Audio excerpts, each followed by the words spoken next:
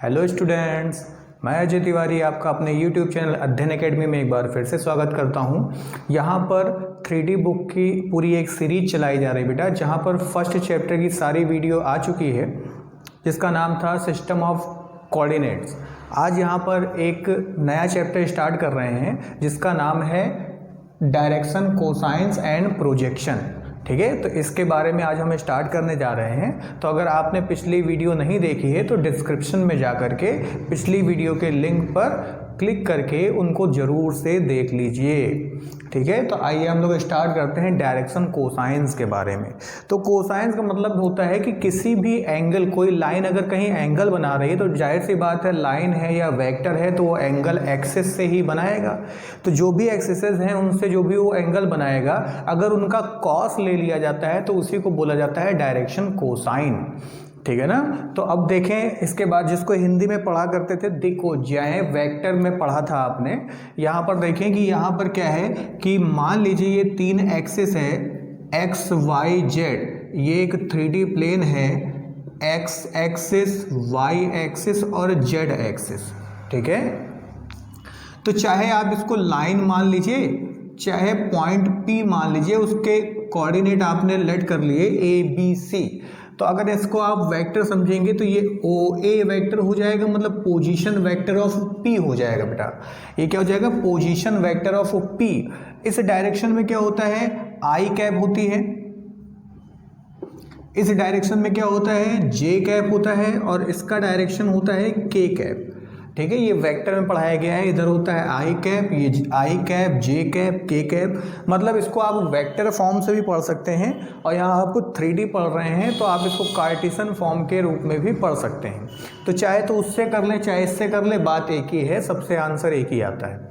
ठीक, मान लीजिए अगर आप कार्टेशियन से करते हैं तो इसकी जो लेंथ आएगी ना, वो लेंथ कैसे आएगी? x2 माइनस x1, इसको 0,0,0 करेंगे। तो चाहे आप इसको वेक्टर फॉर्म से कर लीजिए, चाहे आप इसको कार्टेशियन फॉर्म से कर लीजिए, एक ही बात है। कि आप सोचने लगे कि सर यहाँ 3D पढ़ रहे हैं तो आई जे के क्यों लगा दिया, उससे कोई मतलब नहीं। अब इधर देखें ABC, यहाँ पर जो है ये इसके कोऑर्डिनेट पॉइंट मान लिए हमने, ये लेट कर लिया। बेटा पोजीशन वेक्टर जो इसका होगा ना, OP की जो लेंथ होगी वो क्या होगी? पोजीशन वेक्टर क्या होगा? तो अगर हम इसका पोजीशन वेक्टर ले लें, अगर हम इसको वेक्टर फॉर्म से समझें तो वेक्टर फॉर्म से अगर हम डायरेक्शन कोसाइन को समझें, डायरेक्शन कोसाइंस,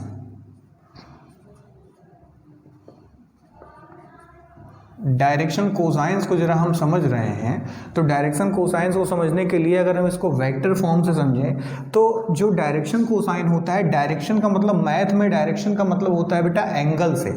ठीक है, तो ये जो हमारी लाइन है या ये जो मेरा वेक्टर है, ये एक्स एक्सिस के साथ क्या डायरेक्शन बना रहा है? सपोज दैट अल्फा डायरेक्शन बना रहा है। ठीक है, और y एक्सिस के साथ बीटा डायरेक्शन बना रहा है, और z एक्सिस के साथ कौन सी डायरेक्शन बना रहा है? इसको हम ओरिजिन ले लें, यहाँ पॉइंट 0,0,0 दिखा दें, या मत दिखाइए, अभी जब हम इसको कार्टेशियन से समझाएंगे तब देखेंगे। तो ये हो गया गामा।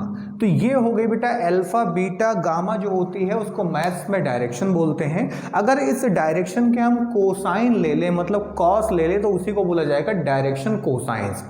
ठीक है, तो ये हमारी कोई लाइन है या कोई वेक्टर है, उसने क्या किया? उसने एक्स एक्सिस के साथ अल्फा एंगल बनाया, वाई एक्सिस के साथ बीटा एंगल बनाया, जेड एक्सिस के साथ गामा एंगल बनाया। तो अगर इनका हम कॉस ले लें तो उसी को डायरेक्शन कोसाइन बोलेंगे बेटा। तो डायरेक्शन कोसाइन क्या होगा भैया?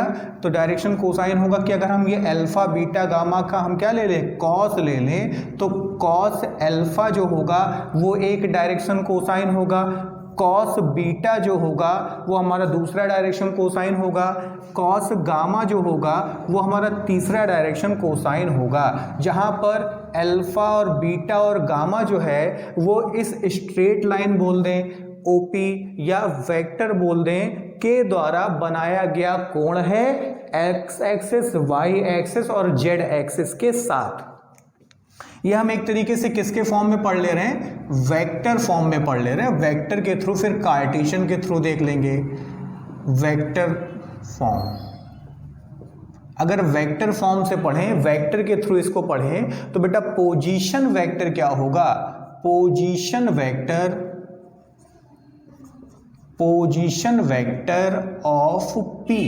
पी का पोजीशन वेक्टर क्या होगा बेटा? P का पोजीशन वेक्टर होगा OP, P का पोजीशन वेक्टर होगा OP। और आपको बताया गया है कि जब x एक्सिस हो तो x एक्सिस के साथ x की डायरेक्शन लगा दीजिए, तो AI कैप हो गया, y एक्सिस के साथ y की डायरेक्शन लगा दीजिए, BJ कैप हो गया, और z एक्सिस के साथ z की डायरेक्शन लगा दीजिए, तो CK कैप हो गया बेटा। अब इस r वेक्टर को, इस पोजीशन वेक्टर को हम r से भी रिप्रेजेंट करते हैं, तो ये हो जाएगा AI कैप, BJ कैप और CK कैप। ठीक है, वेक्टर से समझ ले इसको, AI कैप, BJ कैप और CK कैप हो जाएगा। अगर हम इसका मॉड निकाल लें ना, अगर हम इसका मॉड निकाल लें तो वेक्टर की लेंथ पता चल जाएगी। तो हमने इसका जो मॉड निकाला है वो वेक्टर की इस लेंथ को पता कर रहे हैं। तो वेक्टर की लेंथ क्या होती है? मतलब magnitude of vector he vector की लेंथ होती है। तो इन रूट x के कॉफिशिएंट का स्क्वायर कर दीजिएगा, j के कॉफिशिएंट का स्क्वायर कर दीजिएगा, और k के कॉफिशिएंट का अगर स्क्वायर कर देंगे तो हमको उसका क्या मिल जाएगा? बताइए, हमको मिल जाएगा यहाँ पर क्या? मॉड मिल जाएगा। इसके पोजीशन वेक्टर की लेंथ मिल जाएगी। किसी भी वेक्टर की लेंथ लानी है तो उसका आप मॉड ले लीजिए। ऐसा कर क्यों रहे हैं? ताकि हम इस वैल्यू को ला पाएं। तो बेटा इसकी जो लेंथ आई है ना, इसकी लेंथ आ चुकी है, r आ चुकी है। ये तो वेक्टर रिप्रेजेंट कर रहे थे हम, लेकिन जो लेंथ आ गई है वो r आ गई है। ये लेंथ है, ये इसकी लंबाई है, लेंथ है। तो बेटा अगर हम फिगर को पूरी तरीके से अगर कंप्लीट करेंगे तो काफ़ी गंदा हो जाएगा, समझ में नहीं आएगा। हम खाली कॉस अल्फा को आपको समझा देते हैं सामने सामने। अगर हम कॉस अल्फा को समझ लें तो उसी तरीके से सिमिलरली कॉस बीटा भी निकल जाएगा और कॉस गामा भी निकल जाएगा। तो गौर से देखिए बेटा, जब कभी भी कोई पॉइंट होता है तो सामने अगर हम परपेंडिकुलर ड्रॉ कर देते हैं उससे, तो सामने वाली एक्सिस पर उसके द्वारा चली गई दूरी पता चल जाती है। तो अगर ये a कोऑर्डिनेट है, इसका मतलब यहाँ से यहाँ तक की जो लेंथ होगी वो कितनी होगी? a होगी। अगर ये a कोऑर्डिनेट है, x एक्सिस की बात कर रहे हैं, तो ये अगर x एक्सिस है, इसका मतलब 0 से यहाँ तक की जो डिस्टेंस होगी वो कितनी होगी? OM कितना होगा? OMA होगा अकॉर्डिंग टू कोऑर्डिनेट। तो बेटा बस काम खत्म, इसमें cos अल्फा लगा दीजिए। तो cos अल्फा बराबर क्या होगा?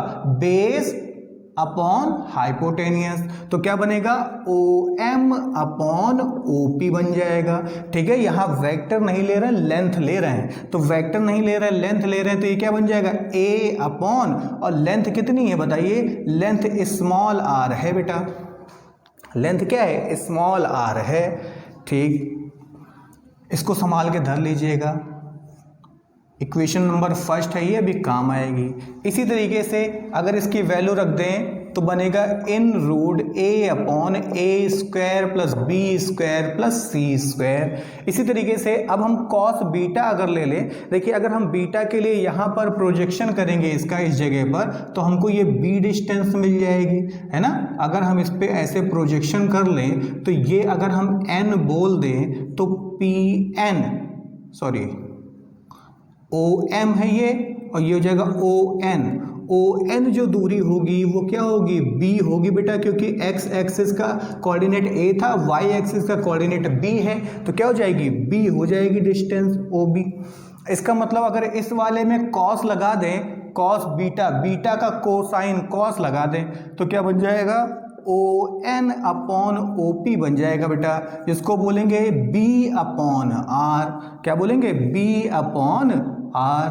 अब बेटा B और R की वैल्यू है रूट में a स्क्वायर, b स्क्वायर और c स्क्वायर। तो ये cos बीटा की वैल्यू आ गई। ये आई cos अल्फा की वैल्यू बेटा, ये आई cos बीटा की वैल्यू। इसी तरीके से सिमिलरली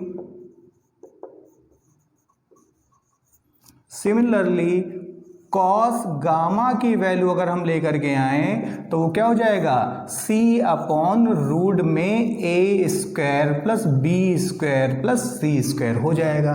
तो ये तो वेक्टर के थ्रू हम लोग समझ लिए। अगर हम वेक्टर के थ्रू नहीं, प्योरली अगर हम लगाते हैं यहाँ कार्टेशियन मेथड, तो कुछ ना होता बेटा, सारी चीजें तो वही हैं। हमने तो वेक्टर का यूज खाली किया था पोजीशन वेक्टर को निकालने के लिए और लेंथ को लाने के लिए। आप डायरेक्टली यहाँ लेंथ का फॉर्मूला लगा दें। अगर आप कार्टेशियन के थ्रू करें तो लेंथ ऑफ ओपी अगर लेकर के आएंगे कार्टेशियन फॉर्म से या कोऑर्डिनेट फॉर्म से, कोऑर्डिनेट बोल दें, कोऑर्डिनेट ज्यादा अच्छा है, कोऑर्डिनेट फॉर्म से अगर आप लेकर के आए,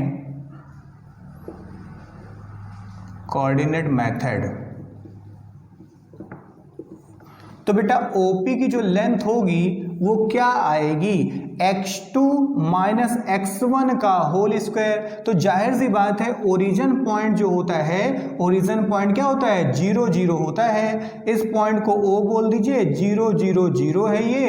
इस पॉइंट को P बोल दीजिए, A B C है बेटा ये। तो OP की जो डिस्टेंस आएगी या OP की जो लेंथ आएगी ना, वो OP की लेंथ किसके बराबर आ जाएगी बताइए, OP की लेंथ आ जाएगी x2 माइनस x1 का होल स्क्वायर, फॉर्मूला पढ़ा था y2 माइनस y1 का होल स्क्वायर और z2 माइनस z1 का होल स्क्वायर।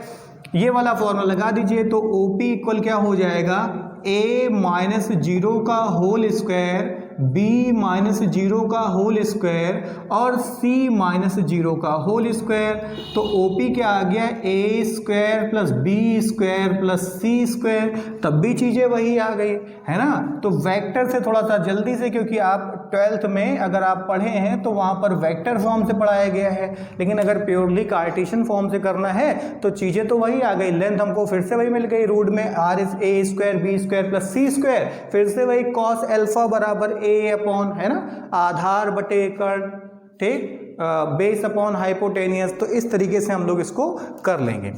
ध्यान रखिएगा कि ये जो कॉस अल्फा है, कॉस बीटा है और कॉस गामा है, cos alpha, cos beta, cos gamma, इसको स्मॉल एल, स्मॉल एम और स्मॉल एन से भी रिप्रेजेंट करते हैं। किससे रिप्रेजेंट करते हैं, small L, small M, small N से भी रिप्रेजेंट करते हैं। तो अगर आपसे पूछा जाए कि डायरेक्शन कोसाइन को डिफाइन कीजिए, तो बेटा यहां से देख करके क्या समझ पा रहे हैं आप। देखिए डेफिनेशन जो होती है, डेफिनेशन जो है वो कहीं रटी वटी नहीं जाती। जो मैथमेटिक्स में तो डेफिनेशन रटने का कोई मतलब ही नहीं है, जो आप समझ पाए वो आप लिख दें। तो हम इतनी देर में क्या समझ पा रहे हैं, हम इतनी देर में समझ पा रहे हैं कि कोसाइन क्या है, डायरेक्शन कोसाइन क्या है।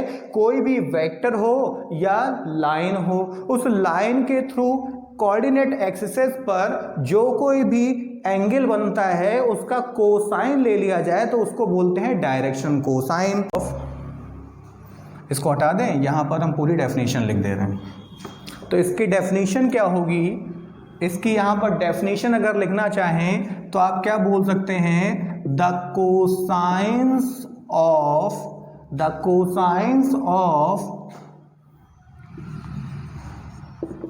Angles between line and coordinates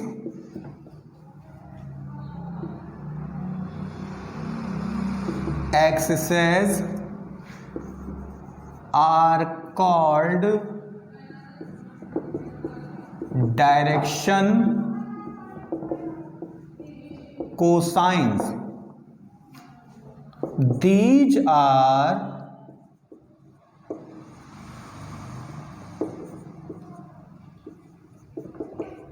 denoted by L, M, N.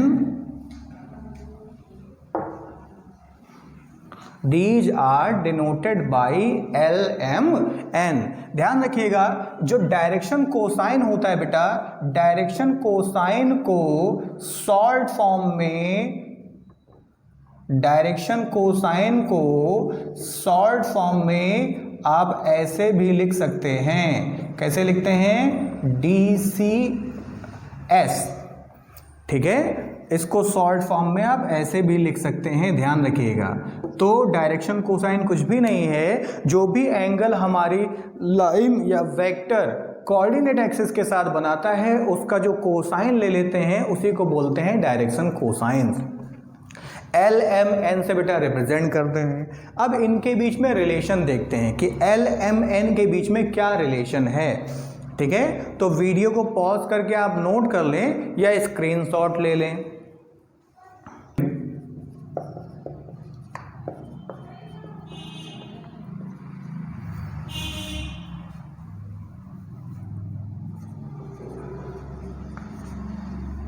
Relation among LMN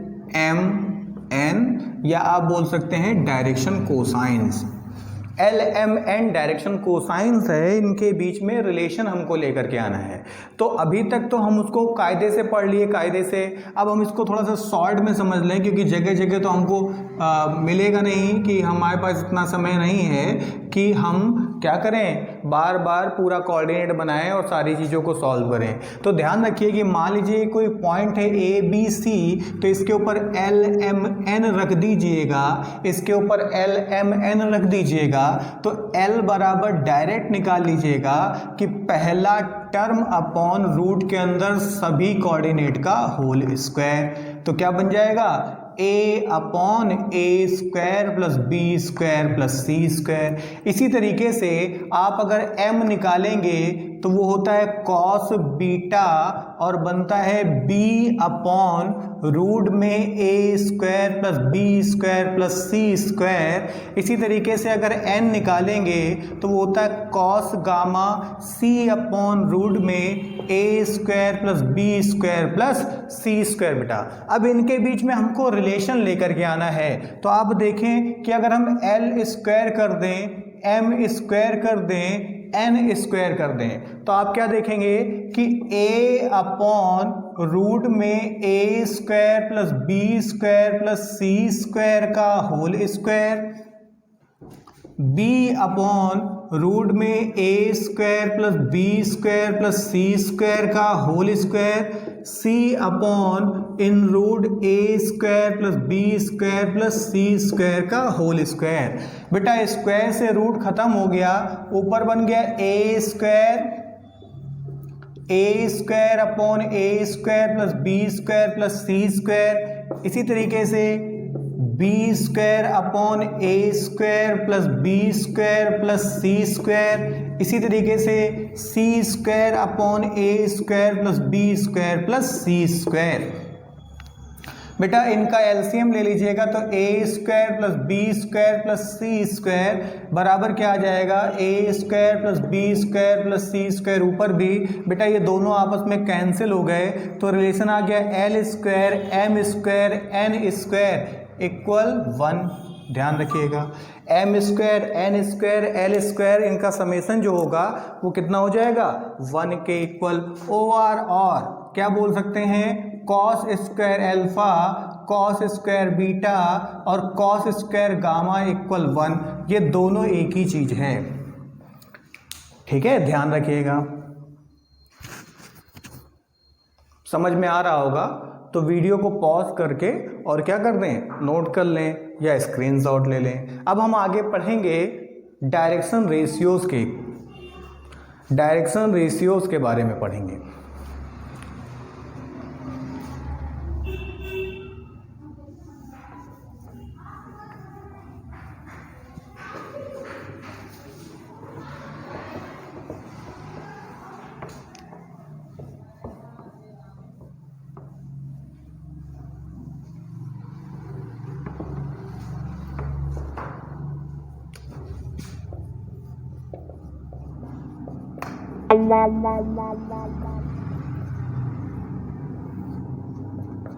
अब हम लोग डायरेक्शन रेशियो पढ़ेंगे बेटा। तो देखिए डायरेक्शन रेशियो कैसे पढ़ें। देखिए मान लीजिए कि ये फिर से हमने एक्सिस बना ली, एक्स एक्सिस, वाई एक्सिस और जेड एक्सिस। एक्स एक्सिस है, वाई एक्सिस है, जेड एक्सिस है। ये कोई पॉइंट P है, A, B, C। तो जो OP वेक्टर होगा ना वो क्या हो जाएगा, A I cap, B J cap, C K cap. तो ये जो A B C होते हैं, A B और C, यही होते हैं बेटा डायरेक्शन रेशियोज। ये क्या होते हैं, डायरेक्शन रेशियोज। और इसको भी इन शॉर्ट हम क्या रिप्रेजेंट करते हैं, dr से रिप्रेजेंट करते हैं। dr लगाते हैं, फिर कॉमा लगाते हैं, फिर s लगा देते हैं, तो ये dr से रिप्रेजेंट करते हैं। तो ये जो ABC होता है ना, यही हमारा क्या होता है, डायरेक्शन रेशियो होता है। ठीक, तो अगर डायरेक्शन रेशियो ये होता है, यहाँ पर ये OP वेक्टर हो गया, तो डायरेक्शन रेशियो को आप क्या बोल सकते हैं, अगर ये डायरेक्शन रेशियो हो गया तो आप इसको बोल सकते हैं क्या, कि डायरेक्शन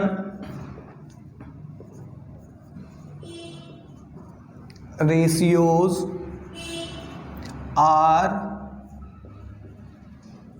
एनी नंबर्स। कोई भी ऐसी संख्याएं हों, any numbers which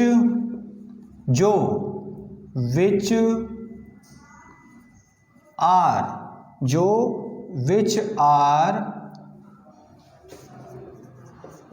proportional to direction cosine, क्या होते हैं, LM और N। Direction ratios are any number which are proportional to direction cosine. Direction cosine के प्रोपोर्शनल होते हैं हमारे, क्या होते हैं, जो भी नंबर होंगे और वो हमारे डायरेक्शन रेशियो कहलाएंगे। ठीक है, मतलब L/A,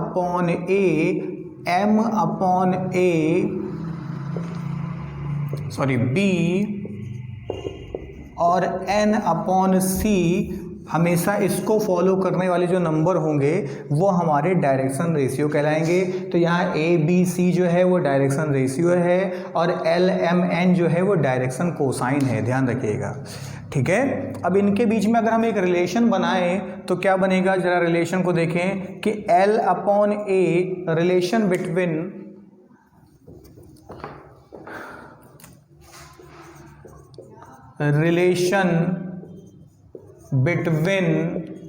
drs and dc's and drs। ठीक है, dc's and drs, इनके बीच में हम बेटा रिलेशन लाने जा रहे हैं। इसका क्या मतलब है, ये है LMN, इसका क्या मतलब है, ये है ABC, A B और C, ध्यान रखिएगा। अच्छा, तो अब इनके बीच में हम लाने जा रहे हैं रिलेशन। तो देखिए इनके बीच में भैया रिलेशन क्या होता है, जरा देखा जाए तो इनके बीच में रिलेशन जो होगा वो L/A, M/B और N/C का तो है ही है। ठीक है, साथ में हम क्या कर लें कि अगर बेटा रूट में हम इनको स्क्वायर करके जोड़ दें, M square, N square, L square, और इसको भी रूट में स्क्वायर करके जोड़ दें, A square plus B square plus C square. तो जब रूट में है तो यहाँ प्लस माइनस लग जाएगा। बेटा L square, M square, N square, इसकी वैल्यू आप पढ़ चुके हैं। इसकी वैल्यू क्या होती है, इसकी वैल्यू होती है 1। तो इसकी वैल्यू तो बेटा 1 हो गई, ये प्लस माइनस में आ गया, ये प्लस माइनस के साइन में A square plus B square plus C square. तो यहाँ से देखिए L क्या आ गया, L आ गया A/रूट में A square plus B square plus C square, फिर वहीं आ गए प्लस माइनस में आ गया, है ना। इसी तरीके से M भी आ गया, क्या, B प्लस माइनस रूट में A square plus B square plus C square, और N क्या आ गया, प्लस माइनस C इन root A square plus B square plus C square. तो ये बेटा इनके बीच में रिलेशन होता है। ठीक है, डायरेक्शन रेशियो और डायरेक्शन कोसाइन के बीच में ये रिलेशन होता है, ध्यान रखिएगा। तो ये तो बेटा हो गई उसकी बात जहाँ पर हमारा वेक्टर जो होगा या हमारी जो लाइन होगी वो ओरिजिन से पास होगी। लेकिन कोई ज़रूरी थोड़ा ना है कि सारी लाइन हमारी ओरिजिन से ही पास हो रही हो, कोई ज़रूरी नहीं है कि सारी चीज़ें हमारी ओरिजिन से ही पास हो रही होंगी। तो आइए अब हम लोग क्या करें, उस लाइन की इक्वेशन निकालें, उस लाइन के लिए डायरेक्शन कोसाइन और डायरेक्शन रेशियो निकालें जो ओरिजिन से पास ना हो रहे हों। ठीक है, हटा दें इसको।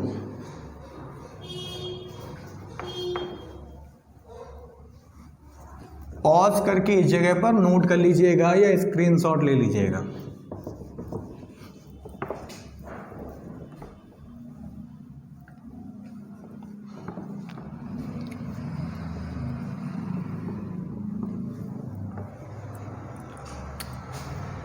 अब हम लोग शॉर्ट फॉर्म में लिख रहे हैं, ये डायरेक्शन कोसाइन लिखा हुआ है, direction cosine and direction ratio of the line joining 2 points, दो बिंदुओं को मिलाने वाली रेखा के लिए हम क्या करने जा रहे हैं, उनके लिए हम लाने जा रहे हैं डायरेक्शन रेशियो और डायरेक्शन कोसाइन को हम कैलकुलेट करने जा रहे हैं। तो बेटा यहाँ पर मान लीजिए कि ये हमारी एक्स वाई जेड एक्सिस है, ये एक्स एक्सिस, ये वाई एक्सिस, ये जेड एक्सिस। ठीक है, इसको वेक्टर से समझना ज़्यादा अच्छा रहता है, इसलिए वेक्टर से समझते हैं हम लोग। आई कैप लगा दें, जे कैप लगा दें और के कैप लगा दें। बेटा मान लिया कि यहाँ पर 2 पॉइंट हैं, ये कोई लाइन है पी क्यू, ये पी क्यू लाइन है। तो 2 पॉइंट हैं, पहला पॉइंट है आपका x1 y1 z1, दूसरा पॉइंट है x2 y2 z2। बेटा पहला पॉइंट है x1 y1 z1 और दूसरा पॉइंट है x2 y2 z2। अगर हम इसको इससे मिला दें तो ये हमको मिल जाएगा position vector of P with respect to origin. ये इसको अगर इससे मिला दें तो पोजीशन वेक्टर ऑफ Q हो जाएगा विथ रिस्पेक्ट टू ओरिजिन। बेटा तो ये हमने 2 वेक्टर मिला दिया, एक बना दिया हमने OP और दूसरा वेक्टर हमने बना दिया OQ, है ना। तो OP का मतलब होता है पोजीशन वेक्टर ऑफ P। क्या होगा बेटा, अभी अभी हम लोग पढ़े हैं कि x वाले के साथ x की डायरेक्शन लगा दीजिए, y कोऑर्डिनेट के साथ y की डायरेक्शन लगा दीजिए और z कोऑर्डिनेट के साथ z की डायरेक्शन लगा दीजिए। इसी तरीके से OQ का मतलब क्या हो गया, OQ का मतलब हो गया पोजीशन वेक्टर ऑफ Q।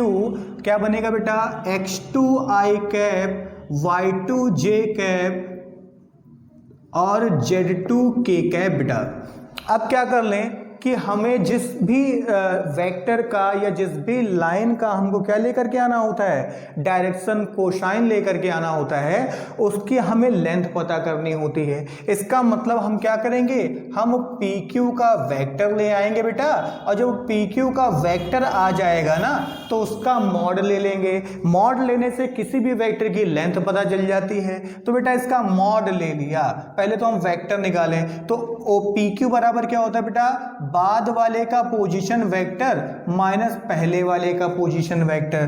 तो रख दीजिए जरा x2i cap y2j cap z2k cap minus x1i cap y1j cap और z1k कैप। बेटा क्या करें, अब दोनों का हम यहां पर क्या कर दें, डिफरेंस निकाल लें। x2 माइनस x1i कैप, बेटा i वाले को i वाले के साथ ले आइए। इसी तरीके से y2 minus y1 j cap और z2 minus z1 k cap हो जाएगा। बेटा z2 minus z1 k cap हो जाएगा। ये आ गया बेटा PQ।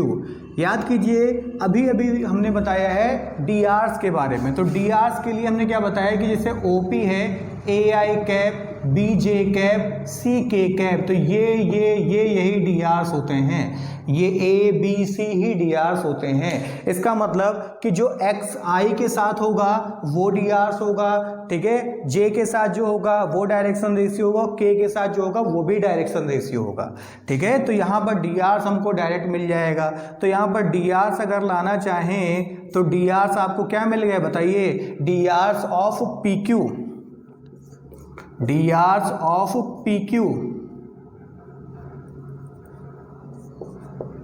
D R's of P Q line क्या होंगे बेटा, डी आर्स बताइए। डी आर्स एक तरीके से कोऑर्डिनेट होते हैं उनके, तो x1 minus sorry x2 minus x1 comma y2 minus y1 और z2 माइनस z1। बेटा ये डी आर्स पता चल गए, इसको हम कुछ देर के लिए ए बी और सी समझ लें ताकि हम डीसीज भी ले आए, ठीक है ना। डी डायरेक्शन कोसाइन ले आए, तो direction cosine of line P Q, direction cosine of line P Q क्या होगा बेटा बताइए, एल, एल क्या होता है, पहला कोऑर्डिनेट ए अपॉन फिर रूट के अंदर सभी का, तो क्या बन जाएगा x2 minus x1 upon root में x2 माइनस x1 का whole square, y2 minus y1 का होल स्क्वायर और z2 माइनस z1 का होल स्क्वायर। कहाँ से लेकर के आए हैं, वही basic formula L equal a upon root में a square plus B square plus C square, ठीक है ना, वहीं से लेकर आए हैं इसको। इसी तरीके से अगर हम m निकालें तो m कैसे निकलेगा बेटा, m होता है दूसरा डायरेक्शन कोसाइन, तो वो हो जाएगा y2 minus y1 upon root में x2 माइनस x1 का whole square, y2 minus y1 का होल स्क्वायर और z2 माइनस z1 का होल स्क्वायर। इसी तरीके से अगर हम n निकालें तो n क्या आएगा, z2 minus z1 upon in root x2 minus x1 whole square, y2 minus y1 whole square और z2 minus z1 whole square. तो इस तरीके से हमारा m आ गया, l आ गया और क्या आ गया, m आ गया। तो ये वो लाइन थी जो ओरिजिन से नहीं पास हो रही थी और इसके पहले जो पढ़ा था वो लाइन थी जो ओरिजिन से पास हो रही थी, ठीक है। अगर आप उसको वेक्टर फॉर्म से नहीं करना चाहते हैं तो दो बिंदुओं के बीच की दूरी का फॉर्मूला लगा दीजिए जो कि वो ये होता है और उसके बाद दोनों के कोऑर्डिनेट का डिफरेंस करके डायरेक्ट निकाल लीजिए, है ना, वेक्टर से ज़्यादा अच्छे से क्लियर हो जाता है। उम्मीद करते हैं चीज़ें समझ में आ रही होंगी, ठीक है। इसको पॉज करें और नोट कर लें या इसको क्या कर दें, स्क्रीनशॉट ले लें। तो आइए इस क्वेश्चन को देखते हैं। इस क्वेश्चन में क्या बोला है, find the direction cosine of a line whose direction ratios are -1 2 -2। बेटा जो डायरेक्शन रेशियोज दे रखे हैं वो आपको क्या दे रखे हैं, डायरेक्शन रेशियोज, डी आर्स क्या दे रखे हैं, डी आर्स आपको दे रखे हैं -1 2 और -2 बेटा। तो ये क्या होगा, इसको ए बोलेंगे, ये बी होगा, ये सी होगा। बेटा डायरेक्शन कोसाइंस लेकर के आना है। डायरेक्शन कोसाइन क्या होते हैं, एल होता है ना। एल क्या होगा बेटा, a upon in root a square plus B square plus C square. M क्या होगा, बी अपॉन रूट में a square plus B square plus C square. L क्या होगा, सी अपॉन रूट में a square plus B square plus C square. इसके बारे में हम लोगों ने पढ़ा है।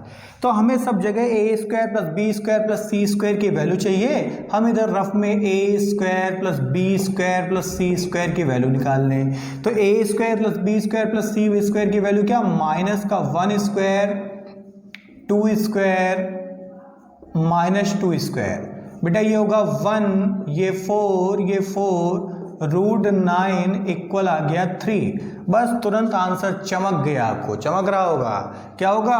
-1/3 बेटा, ये क्या हो जाएगा 2/3, और ये क्या हो जाएगा बेटा -2/3। तो आंसर क्या हो गया हमारा LMN किसके इक्वल आ गया बेटा? -1/3, 2/3 और -2/3।